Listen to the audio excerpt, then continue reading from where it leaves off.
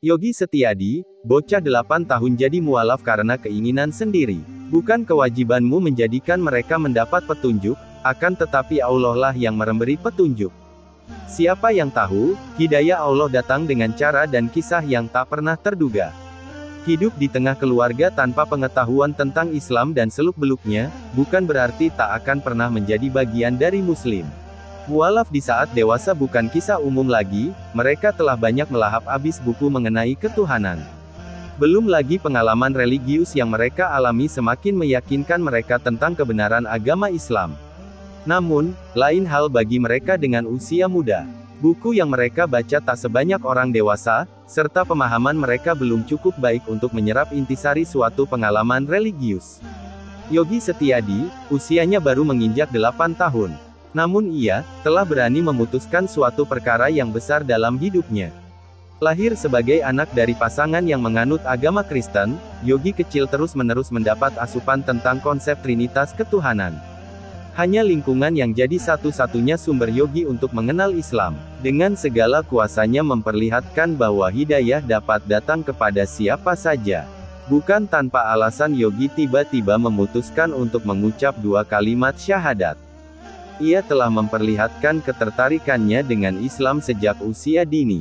Orang tua Yogi sendiri merasa aneh, setiap kali sang anak lebih senang dengan hal yang berhubungan dengan Islam dibandingkan agama sang orang tua. Sang ibu, Erianti dengan terang menceritakan kisah anaknya yang sewaktu kecil selalu senang bila melihat masjid.